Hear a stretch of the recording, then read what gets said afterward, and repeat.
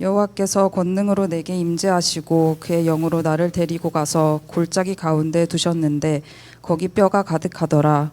나를 그 뼈 사방으로 지나가게 하시기로 본즉 그 골짜기 지면에 뼈가 심이 많고 아주 말랐더라. 그가 내게 이르시되 인자야 이 뼈들이 능히 살 수 있겠느냐 하시기로 내가 대답하되 주 여호와여 주께서 아시나이다. 또 내게 이르시되 너는 이 모든 뼈에게 대언하여 이르기를 너희 마른 뼈들아 여호와의 말씀을 들을지어다. 주 여호와께서 이 뼈들에게 이같이 말씀하시기를 내가 생기를 너희에게 들어가게 하리니 너희가 살아나리라. 너희 위에 힘줄을 두고 살을 입히고 가죽으로 덮고 너희 속에 생기를 넣으리니 너희가 살아나리라. 또 내가 여호와인 줄 너희가 알리라 하셨다 하라. 이에 내가 명령을 따라 대언하니 대언할 때에 소리가 나고 움직이며 이 뼈 저 뼈가 들어맞아 뼈들이 서로 연결되더라. 내가 또 보니 그 뼈에 힘줄이 생기고 살이 오르며 그 위에 가죽이 덮이나 그 속에 생기는 없더라. 또 내게 이르시되 인자야 너는 생기를 향하여 대언하라. 생기에게 대언하여 이르기를 주 여호와께서 이같이 말씀하시기를 생기야 사방에서부터 와서 이 죽음을 당한 자에게 불어서 살아나게 하라 하셨다 하라. 이에 내가 그 명령대로 대언하였더니 생기가 그들에게 들어가매 그들이 곧 살아나서 일어나 서는데 극히 큰 군대더라. 또 내게 이르시되 인자야 이 뼈들은 이스라엘 온 족속이라. 그들이 이르기를 우리의 뼈들이 말랐고 우리의 소망이 없어졌으니 우리는 다 멸절되었다 하느니라. 그러므로 너는 대언하여 그들에게 이르기를 주 여호와께서 이같이 말씀하시기를 내 백성들아 내가 너희 무덤을 열고 너희로 거기에서 나오게 하고 이스라엘 땅으로 들어가게 하리라. 내 백성들아 내가 너희 무덤을 열고 너희로 거기에서 나오게 한즉 너희는 내가 여호와인 줄을 알리라. 내가 또 내 영을 너희 속에 두어 너희가 살아나게 하고 내가 또 너희를 너희 고국 땅에 두리니 나 여호와가 이 일을 말하고 이른 줄을 너희가 알리라. 여호와의 말씀이니라. 아멘. 청년부 예배에 오신 여러분 모두 주님의 이름으로 환영하고 축복합니다. 지금 이 시간 참 좋으신 우리 주님께서 우리 말씀을 통하여서 우리를 만나주시고 흩어져 있었던 우리의 중심과 또 시선이 다시 주님께로 향하는 은혜의 시간이 되기를 간절히 소망합니다. 오늘 우리가 함께 나눌 말씀의 제목은 바람이 불어온다입니다. 지금 폭염이 엄청나죠. 이 폭염 속에서도 좀 바람이 분다고 조금 시원하다라는 느낌이 들긴 들더라고요. 요즘에 정말 폭염이 심각한 것 같은데 오늘은 시원한 날씨라고 하더라고요. 제가 한 3일 동안은 집에 있어서 바깥 공기를 잘 몰랐는데 오늘 되게 날씨가 풀렸다고 하더라고요. 올해는 그래도 작년보다는 더위가 늦게 시작해서 그래도 올해 여름은 견딜만 하다라고 생각을 했는데 입이 방정이죠. 폭염이 갑자기 몰려가지고 이 폭염 가운데 다들 잘 살아남으시기를 간절히 바랍니다. 우리가 지금 에스겔 말씀을 나누고 있죠. 에스겔에서요 그 유명한 이야기가 두 가지가 있습니다. 먼저는 47장에 나오는 이야기인데요. 성전의 어떤 동편에서 이제 물이 흘러나옵니다. 근데 이제 그 물이 닿는 곳마다 이제 다시 살아나게 되는 그런 이야기가 기록이 되어 있어요. 그 이야기가 좀 유명한데 저희가 마지막 주에 이 말씀을 가지고 나누게 될 것 같아요. 자, 다른 하나는 바로 오늘 말씀이죠. 오늘 말씀은요, 소위 말해서 이제 마른 뼈 환상이라고 불리는 말씀입니다. 제가 AI한테 오늘 말씀에 관련된 좀 영상을 하나 만들어 달라고 했는데 혹시 잠깐 틀어줄 수 있으실까요? 굉장히 짧습니다. 한 10초 분량인데요. 영상 잠깐 보겠습니다. 뼈가 가득한 골짜기로 인도하셨네. 이 죽은 자에게 불어서 살아나게 하라. 이에 그들이 살아나서 극히 큰 군대를 이루더라. 여호와께서 나를 뼈가 가득한 골짜기로 인도하셨네. 됐습니다. 대충 어떤 내용인지 아시겠죠? 가장 심플하게 잘 요약해서 영상을 만들어 준 것 같아요. 오늘 말씀은 이렇게 시작을 합니다. 제가 1절 말씀 한번 봉독해 드리겠습니다. 여호와께서 권능으로 내게 임재하시고 그의 영으로 나를 데리고 가서 골짜기 가운데 두셨는데 거기 뼈가 가득하더라. 아멘. 그럼 지금 에스겔이 어떤 상황에 처했는지 다들 기억하시나요? 이미 조국은 멸망했죠. 멸망했고 에스겔은 지금 바벨론이라는 나라에 포로로 잡혀가서 살고 있는 포로 인생을 살아가고 있는 굉장히 절망적인 상황입니다. 여러분 지금 이 에스겔에게 가장 필요한 것은 무엇일까요? 아무래도 위로가 아닐까 싶습니다. 여러분 보통 여러분 우울하거나 힘들 때 어떻게 하시나요? 뭐 저 같은 경우에는 그냥 집에 짱 박혀 있는 스타일이긴 하는데 오히려 이제 밖으로 나가서 좋은 곳으로 가서 어떤 분위기 좋은 카페나 뭐 전망 좋은 곳에 가서 어떤 힐링을 하는 분들도 많이 계시죠. 무엇을 보느냐는 위로의 되게 중요한 요소 중 하나라는 생각이 듭니다. 자, 그런데 지금 하나님은요, 이 에스겔을요, 흔히 말하는 어떤 푸른 초장과 같은 어떤 인스타 핫플로 데려가신 것이 아니에요. 에스겔의 그 지친 마음을 달래줄 어떤 평온한 풍경을 보여주지 않으셨습니다. 지금 하나님이 에스겔을 데리고 가신 것은요, 그 아까 영상에서 본 것처럼 이제 해골 바가지들이 아주 산더미처럼 쌓여 있고, 그리고 맨정신으로는 도저히 볼 수 없는 가장 끔찍하고 절망적인 자리로 끌고 가신 것입니다. 여러분 하나님은 왜 에스겔에게 이런 뼈가 가득한 곳으로 데리고 가셨을까요? 바벨론에 이제 이스라엘 백성이 지금 포로로 잡혀가 있는 상태이죠. 이들은요 자신들의 처지를 이렇게 한탄합니다. 제가 11절의 말씀 봉독해 드립니다. 또 내게 이르시되 인자야 이 뼈들은 이스라엘 온 족속이라 그들이 이르기를 우리의 뼈들이 말랐고 우리의 소망이 없어졌으니 우리는 다 멸절되었다 하느니라. 아멘. 이들이 어떻게 스스로를 진단하고 있는지 아시겠죠? 이스라엘 백성들은요 지금 자신들이 처한 상황을요 뼈만 남은 상황이라고 보고 있는 것입니다. 자신들이 어떻게 진단하고 있는지 느껴지시죠? 지금 이스라엘 백성들은요 요새 좀 힘들다 이 정도의 수준이 아니라요 다시 시작할 힘도 없고 앞으로 달라질 가능성은 전혀 없고 자신들이 이미 끝났다라고 자신들을 진단하고 있는 것입니다. 여러분 마른 뼈는요, 이 마른 뼈라는 표현은요 이스라엘 백성들이 자신들에게 스스로 붙인 이름이었어요. 자, 그런데 하나님은 이 에스겔을 그런 마른 뼈들이 가득한 곳으로 이끌어 가시죠. 그뿐만이 아니에요. 하나님은요 그 에스겔이 그 뼈가 가득한 곳을 그 사이로 지나가게 만드셨습니다. 막 드론 띄워놓고 막 멀리서 스크린으로 본 것이 아니라요 실제로 그 뼈 사이를 걸어 다니면서 그 절망의 밑바닥을 직접 확인시키게 만드셨습니다. 하나님은 이스라엘의 절망을 외면하지 않으셨어요.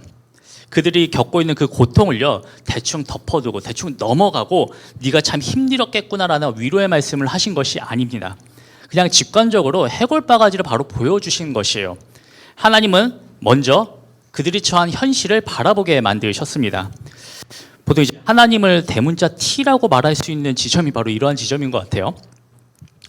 우리는 때론 현실을 외면하고 싶은 순간들이 분명히 있죠. 솔직히 그게 마음 편할 때가 있습니다. 내가 차라리 내가 마주한 현실을 바라보지 않고 외면하는 것이 마음이 편할 때가 분명히 있어요.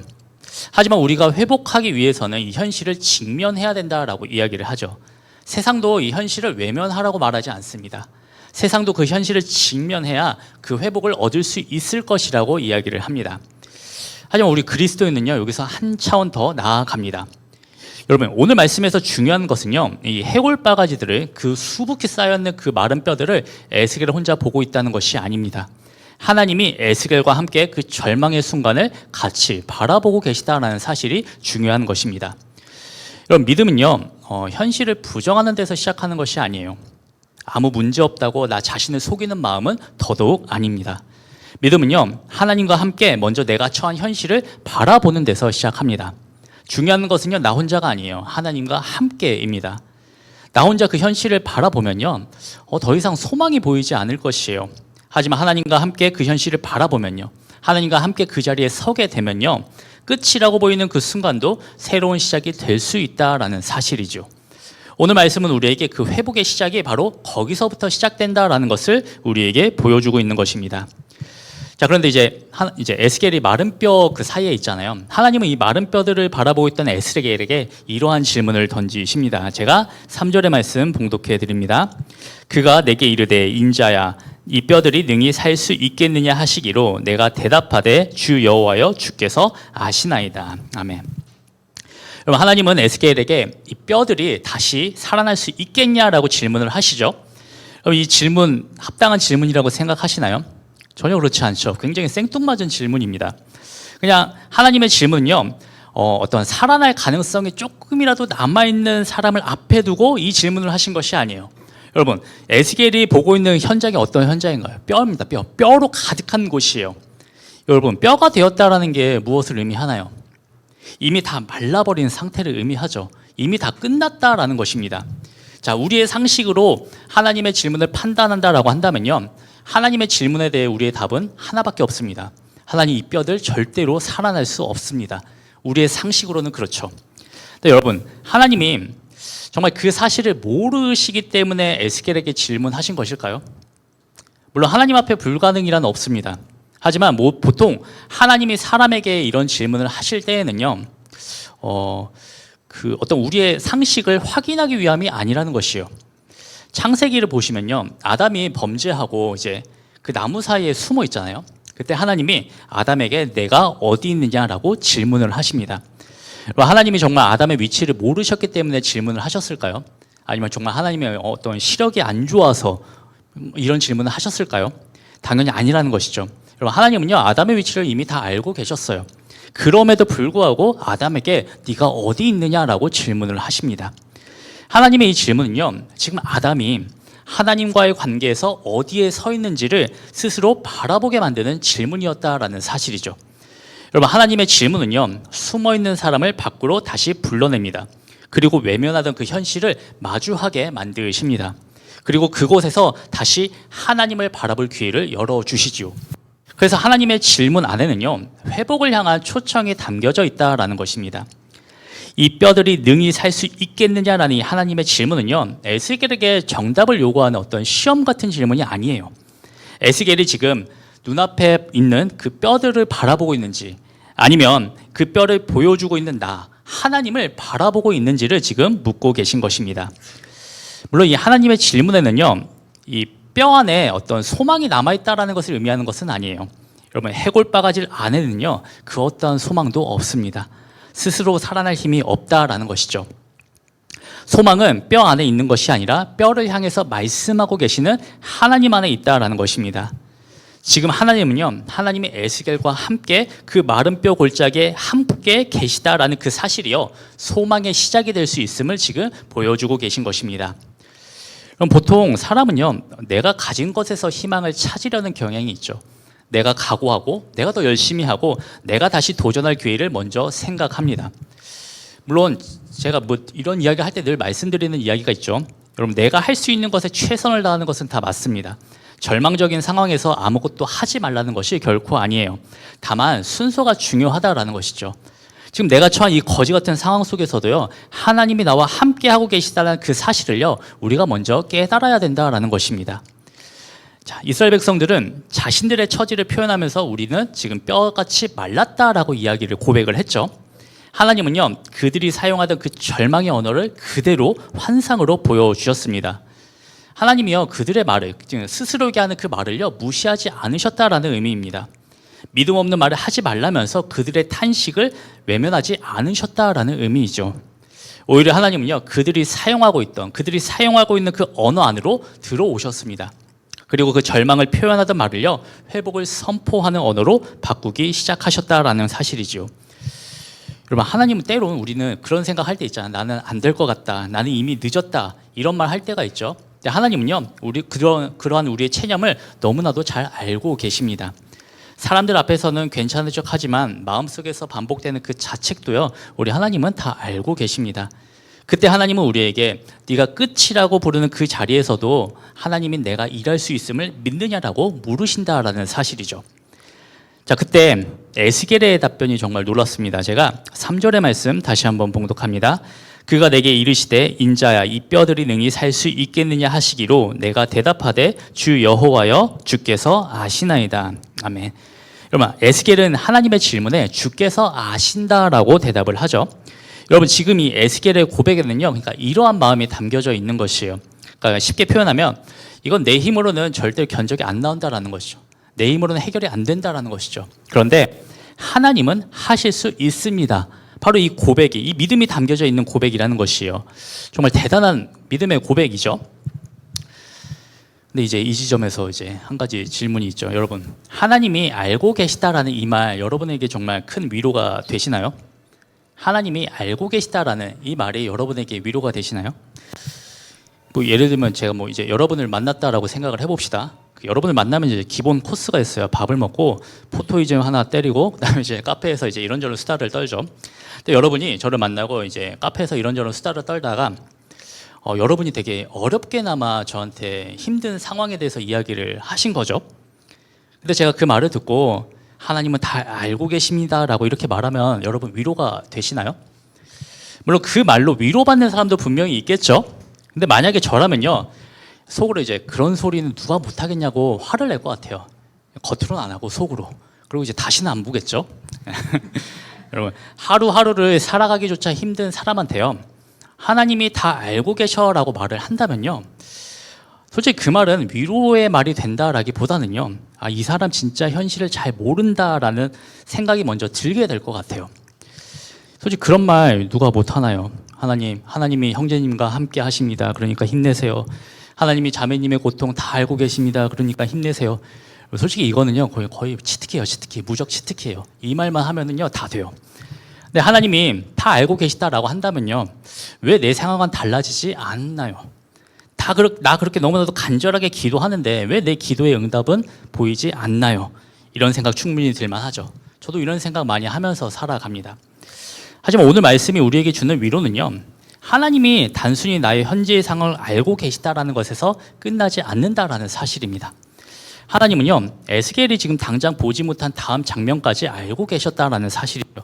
말씀 서두에 보여드렸던 그 영상처럼요, 그 마른 뼈들이 다 연결되고요, 살과 근육이 붙는 놀라운 일이 일어나게 됩니다.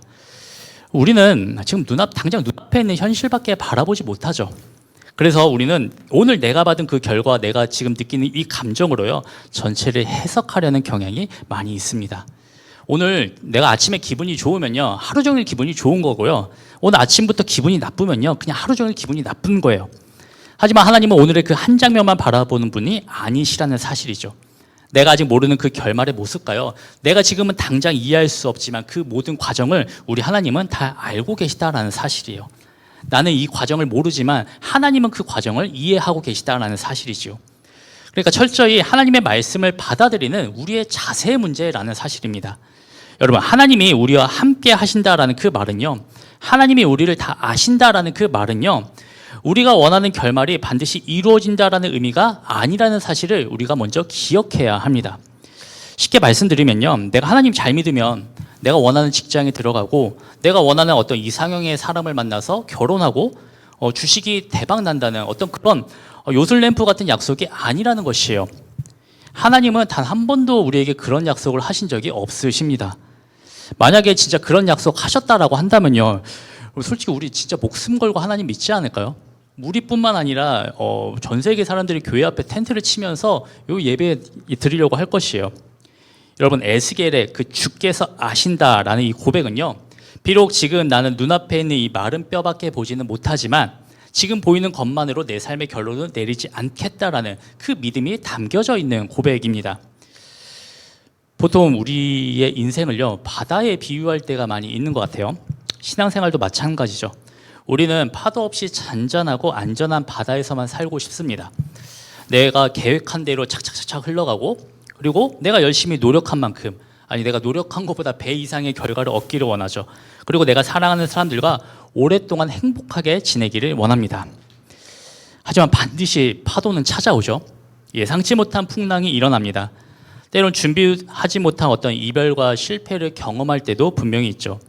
어쩌면 이 순간이 우리에게 마른 뼈의 순간이 될 것이라고 생각합니다. 오늘 여러분에게 마른 뼈는 어떤 순간인가요? 오랫동안 취업 준비했지만 계속 떨어지는 현실이 될 수도 있겠죠. 내 옆에 있는 쟤는 앞으로 쭉쭉 나아가는데 나만 계속 제자리에 있는 것 같은 이런 열등감도 마른 뼈일 수도 있겠습니다. 반복해서 무너지는 관계야, 그리고 좀처럼 끊어지지 않는 어떤 나의 죄의 습관일 수도 있겠죠. 너무나도 많아요. 마른 뼈는 너무나도 많이 있습니다. 제 안에도 이 마른 뼈는 너무나도 많이 있어요. 괜찮은 척할 뿐이지 누구에게나 이 마른 뼈라는 두려움이 있습니다. 이 세상에 마른 뼈가 없는 사람은 아무도 없어요.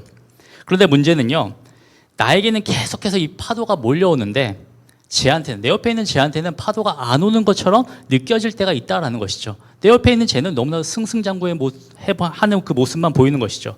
그때 우리 마음에는 어떤 마음이 드나요? 왜 나한테만 이런 일이 생길까? 이런 질문이 생기게 되죠. 그러면요, 우리는 저 바다 깊은 심연으로 빠져들게 됩니다. 나만 힘들고 아무도 나를 이해해주지 못한다라는 생각에 사로잡히게 된다라는 것이죠. 그래서 저는 우리 공동체가 중요하다라는 생각이 들어요. 물론 이제 우리 공동체가 내가 가진 문제를 해결해주는 공동체는 결코 아닙니다. 하지만 서로의 삶을 나누면서 나한테만 파도가 찾아온 것이 아니라는 그 사실을 발견하는 것이 바로 우리 공동체라는 것이죠. 공동체 안에서 내가 나의 파도에 대해서 이야기를 했을 때, 아, 나도 그랬어, 나도 요즘 죽겠다라는 그 한마디를 들을 때, 아, 나 혼자만 겪는 고통이 아니라는 사실을 깨달으면서요, 우리는 알게 모르게 큰 위로를 받게 됩니다. 사랑하는 청년 여러분, 우리는 마른 뼈들을 보며 살아갑니다. 하지만 우리 하나님은요, 그 마른 뼈들 사이에서 시작될 다음 장면을 알고 계시다는 그 사실을요, 기억하셨으면 좋겠습니다.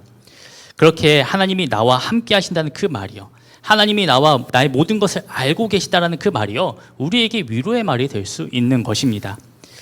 그러니까 여러분, 누군가에게 이런 말을 들었을 때요, 아, 이 양반 또 허무맹랑한 소리 하고 자빠졌네 라고 생각하지 마시고요, 아, 내가 또 내 뜻대로 내 고집대로 살아가고 있었구나, 이 사실을 깨닫고 다시 한번 하나님을 바라보는 선택을 하셨으면 좋겠습니다.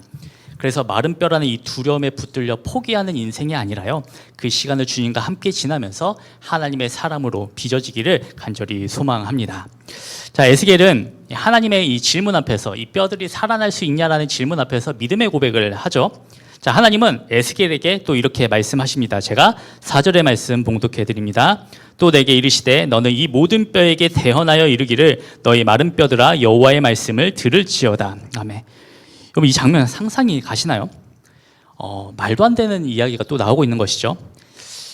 살아있는 사람한테 말을 해도요, 안 듣고 조는 경우가 그렇게 많은데, 지금 하나님은요, 귀도 없는 이 뼈다귀들에게 뼈하라고 말씀하고 계신 것이에요. 정말 환장할 노릇이죠. 이거 솔직히 저라면 이거 못할 것 같아요. 오히려 밑줄 본전이니까 한번 해볼까요? 근데 해도 엄청난 현타가 올 것 같거든요. 근데 에스겔은요, 이 하나님의 이 말씀에 묻지도 따지지도 않고 하나님의 말씀을 대언합니다. 에스겔은 결과를 알고 있었기 때문에 아까 그 뼈가 이어 붙어지고 살과 피부가 살아나는 그 모습, 그 결과를 알고 있었기 때문에 하나님의 말씀에 순종한 것이 아닙니다. 그저 하나님이 말씀하셨기 때문에 순종한 것이에요. 여러분, 순종은요, 내가 결과를 확인한 뒤에 움직이는 선택이 아닙니다. 결과는 오직 하나님께 맡기고 나에게 주어진 그 말씀에 응답하는 믿음이 바로 순종이지요. 여러분, 에스겔이 하나님의 말씀을 대언하자 무슨 일이 일어났을까요? 뼈들이 움직이면서 서로 연결됩니다. 이 표현을, 원문의 표현을 좀 더 가까이 옮겨보면요, 뼈가 그 뼈에게 나아갔다라는 의미예요. 이게 어떤 의미냐면요, 이제 팔에 있는 뼈가요, 엉덩이에 붙었다 뭐 이런 게 아니라요, 막 그런 이상한 모습으로 조립된 게 아니라요, 각 뼈가 있어야 할 원래 자리로 기가 막히게 돌아갔다라는 의미입니다.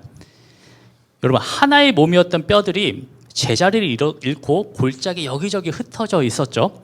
이 흩어짐은요, 죽음의 모습이었습니다. 절망의 모습이었죠. 근데 하나님의 말씀은요, 흩어진 것을 다시 연결하고 무너진 몸의 그 질서를 바로 세웠습니다. 여러분, 이것이 말씀의 능력이라는 것이에요. 여러분, 하나님의 말씀은요, 그 무너진 질서를 바로 세웁니다. 우리가 무엇을 선택해야 할지 알지 못할 때요, 하나님의 말씀은 우리에게 그 방향을 제시해 줍니다. 그래서 말씀은 가장 먼저 우리를 하나님께 연결시킵니다. 거기서 그치는 것이 아니라요, 우리 공동체를 하나로 이어줍니다. 그리고 맡겨진 자리로 돌아가게 만드는 것이 하나님의 말씀입니다.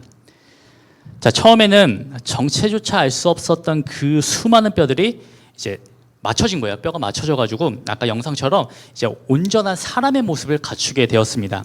놀라운 회복의 모습이죠.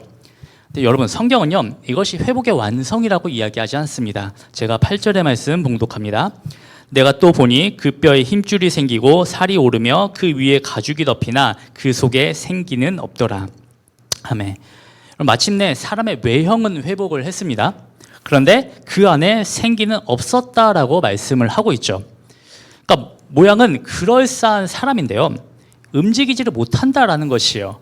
그러니까 좀비는 그래도 움직이긴 하니까 좀비는 아니겠네요. 그 생기가 없다라는 게 어떤 의미냐면요. 그러니까 지금 우리를 예를 들면 이렇게 생각해 볼 수 있을 것 같아요. 그러니까 우리가 교회에 나와서 예배의 자리에 앉아 있는데 막 찬양도 부르고 말씀도 듣고 하는데 우리 안에는 은혜가 없는 상태인 거예요. 이렇게 이해하면 좀 편할 것 같습니다. 물론 우리가 우리의 무너진 습관을 바로잡는 그 자세는요 굉장히 중요합니다. 예배의 자리에 오고 삶의 자리에서 말씀을 읽으면서 책임을 감당하는 것은 굉장히 중요해요. 하나님도 이 과정을 지나치지 않으셨습니다. 그 뼈를 연결시키고 몸을 세워 가셨죠. 하지만 겉모양을 회복하는 것이 온전한 회복, 완전하지 않다라는 것입니다.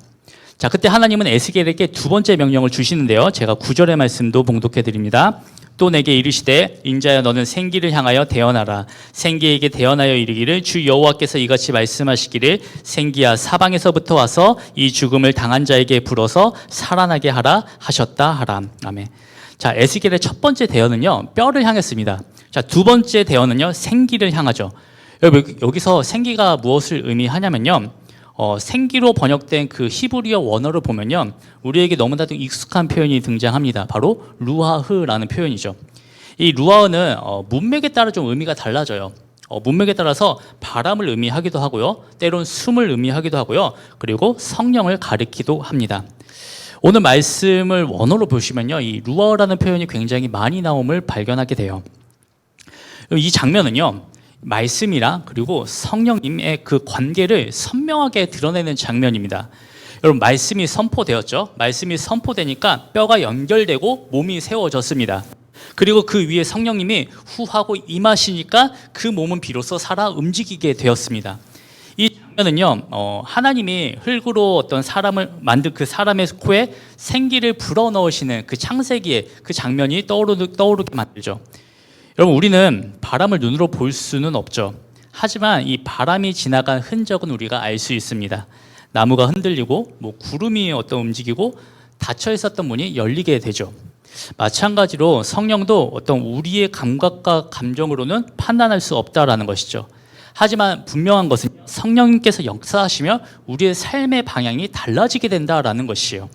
그러니까 굳어 있었던 우리의 마음이 부드러워지게 되고요. 그리고 나 중심적이었던 그 사람이요 다른 사람을 돌보기 시작합니다. 두려움에 주저앉았었던 그 사람이요 다시 순종하게 만든다라는 것이죠. 그러니까 우리가 하나님의 뜻을 따라 우리가 새롭게 살아갈 수 있도록 만들어 주시는 분이 바로 성령님이라는 것이죠. 자, 그런데 이 하나님의 영이 성령님이 임하시는 방향이 굉장히 중요합니다. 제가 9절의 말씀 다시 한번 봉독합니다. 또 내게 이르시되 인자야 너는 생기를 향하여 대언하라. 생기에게 대언하여 이르기를 주 여호와께서 이같이 말씀하시기를 생기야 사방에서부터 와서 이 죽음을 당한 자에게 불어서 살아나게 하라 하셨다 하라. 아멘. 여러분 생기가 어디로부터 온다라고 말씀하고 있나요? 사방에서 몰려온다라고 말씀을 하고 있죠.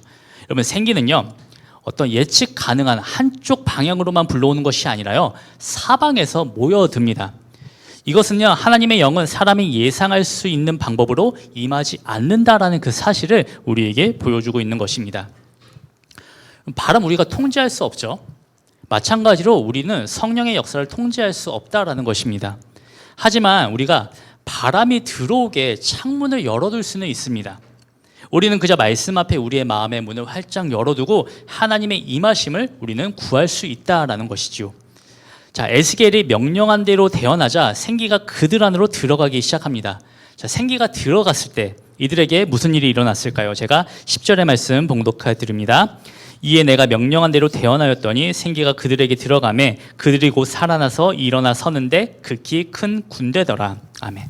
자, 이 마른 뼈들에게 생기가 드러나자 마침내 이들은 움직이기 시작합니다.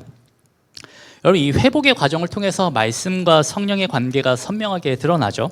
말씀이 선포되자 뼈와 뼈가 연결이 되고 몸이 세워졌습니다. 그리고 비로소 성령이 임하자 움직이기 시작했습니다. 여러분 이 말씀이요 어떤 말씀과 성령이 서로 다른 회복을 보여주고 있다라고 이해하시면 안 됩니다. 하나님의 말씀은요 먼저 우리가 어디에 서야 하는지를 보여주죠. 그리고 그 성령님은요 그 말씀을 깨닫게 하시고 내가 지식으로 알고 있었던 그 말씀을요 삶의 자리에서 살아내도록 도와주십니다. 그러니까 단순히 내가 말씀을 많이 아는 것만으로 충분하지 않다라는 것이에요. 여러분 에스겔 앞에 모인 그 몸은요, 외형적으로는 완벽했지만 움직이지 못했죠. 그러니까 우리가 신앙의 언어를 익숙하게 사용하고 어떤 내가 성경의 지식을 많이 갖고 있다 하더라도요, 내가 사랑하지 않고 내 욕심대로 살아간다면 그것은 살아있는 신앙이라고 말하기 어렵다라는 것이에요. 반대로 말씀은 분리된 채 어떤 성령의 어떤 성령 체험, 어떤 특별한 감정만을 추구하는 것도 온전한 회복이 못 된다라는 것이에요. 그러니까 순간적으로 우리는 마음이 뜨거워질 수는 있겠죠. 근데 마음이 뜨거워졌다라고 해도요, 어떤 내 삶의 방향이 바뀌지 않으면 그 감정은 결코 오래가지 못합니다. 그래서 성령님은 우리를 말씀에서 멀어지지 않게 하시면서 동시에 우리가 말씀을 따라 살아가도록 이끌어 주신다라는 사실이죠. 여러분 마른 뼈가 가득했던 그 골짜기에서 가장 놀라운 것은요, 뼈들이 다시 연결된 것만은 아닙니다. 아무것도 움직이지 않았던 그곳에 하나님의 생기가 불어오기 시작한 것이죠. 에스겔이 보기에는 모든 것이 끝난 자리였지만요, 하나님에게는 여전히 바람을 불게 할 수 있는 자리였다라는 사실입니다. 사랑하는 청년 여러분, 어쩌면 지금 우리 눈앞에도 여전히 달라진 것이 안 보일 수도 분명히 있을 것입니다. 아직 여전히 해결되지 않는 문제도 있을 것이고요, 내가 아무리 열심히 기도해도 그대로인 상황이 분명히 있을 것입니다. 그래서 우리는 쉽게 이제 끝났다라고 결론 내리기 너무나도 쉽다라는 것이죠. 하지만 오늘 말씀은요, 그 자리에서 우리의 시선을 완전히 바꾸어 놓습니다. 비록 내 눈에 아무런 움직임이 보이지 않는다 하더라도요, 하나님까지 놀고 계시다라는 사실이 아니라는 것을 우리에게 보여주고 있는 것이죠. 여러분, 그러니 마른 뼈, 내 눈앞에 있는 그 마른 뼈만 보시면서 여러분의 인생을 결론 내리지 않으셨으면 좋겠어요. 우리가 끝이라고 생각한 그 자리에서도요, 하나님은 반드시 다시 생명의 바람을 불게 하실 수 있습니다. 그래서 오늘도 말씀 앞에서 여러분 자신을 돌아봤으면 좋겠습니다. 그리고 그 말씀을 살아낼 힘을 성령님께 구하시며 살아가기를 간절히 소망합니다. 말씀을 맺겠습니다. 사랑하는 청년 여러분, 오늘 말씀에서 하나님은 마른 뼈들을 살려내시면서 그들에게 생기를 불어넣어 주셔서 마침내 회복시키셨습니다. 하지만 오늘 말씀은요, 단순히 우리의 회복에만 그 목적이 있지 않다라는 사실입니다. 제가 13절의 말씀 봉독해 드립니다. 내 백성들아, 내가 너희 무덤을 열고 너희로 거기에서 나오게 한즉 너희는 내가 여호와인 줄을 알리라. 아멘. 여러분, 우리 하나님은요, 단순히 내 앞에 있는 그 문제 하나만 띡 해결해주고 끝내시는 분이 아니십니다. 그 처절한 그 절망의 무덤 속에서도 기어코 나를 건져내시는 분, 그 하나님이 진짜 누구이신지를 뼛속 깊이 깨닫게 만드십니다. 그렇게 회복의 가장 큰 의미는요, 단순히 내 문제가 해결되었다라는 그 사실보다요, 가장 큰 그 절망의 자리에서도 나와 함께 하시고 나에게 말씀하시고 나에게 생명을 주시는 그 하나님을 새롭게 아는 것에 있습니다. 감히 제가 예상을 하자면요, 아마도 에스겔은요, 오늘 말씀에 나오는 이 환상을요 끝까지 붙들고 평생을 살아갔을 것이에요. 이후에도 분명 에스겔의 인생에는 끊임없이 두려움과 걱정이 찾아왔겠죠. 하지만 그때마다 이 에스겔은요, 환상을 기억했을 것이요, 환상을 기억하면서 다시 한번 하나님을 붙드는 선택을 하면서 그 어려움 가운데 이겨냈을 것입니다. 여러분, 이게 믿음이고요, 이게 신앙생활의 묘미이지 않을까 싶습니다. 사랑하는 청년 여러분, 우리는 또다시 바보 같은 선택을 할 것입니다. 그래서 마른 뼈와 같은 그 두려움과 걱정의 시간이 반드시 찾아올 것이에요. 인생의 파도는 늘 찾아오고요, 우리는 그 파도를 절대로 피할 수 없습니다. 하지만 그 순간에서도요, 오직 우리 하나님만을 붙드시기를 바랍니다. 비록 지금 당장 달라지는 것이 보이지 않아도요, 말씀 앞에 서십시오. 성령님의 일하심을 구하십시오. 그때 마른 뼈만 가득한 것 같은 그 우리의 삶에서도요, 다시 바람이 불어오기 시작할 것입니다. 그 바람은요, 우리를 살리시는 하나님의 생명의 바람입니다. 그래서 그 바람 가운데 어떠한 상황 속에서도 다시 일어나시기를 간절히 바랍니다. 그리고 거기서 한 걸음 더 나아가서요, 하나님을 더욱더 깊이 알아가는 우리 모두가 되기를 주님의 이름으로 간절히 축원합니다.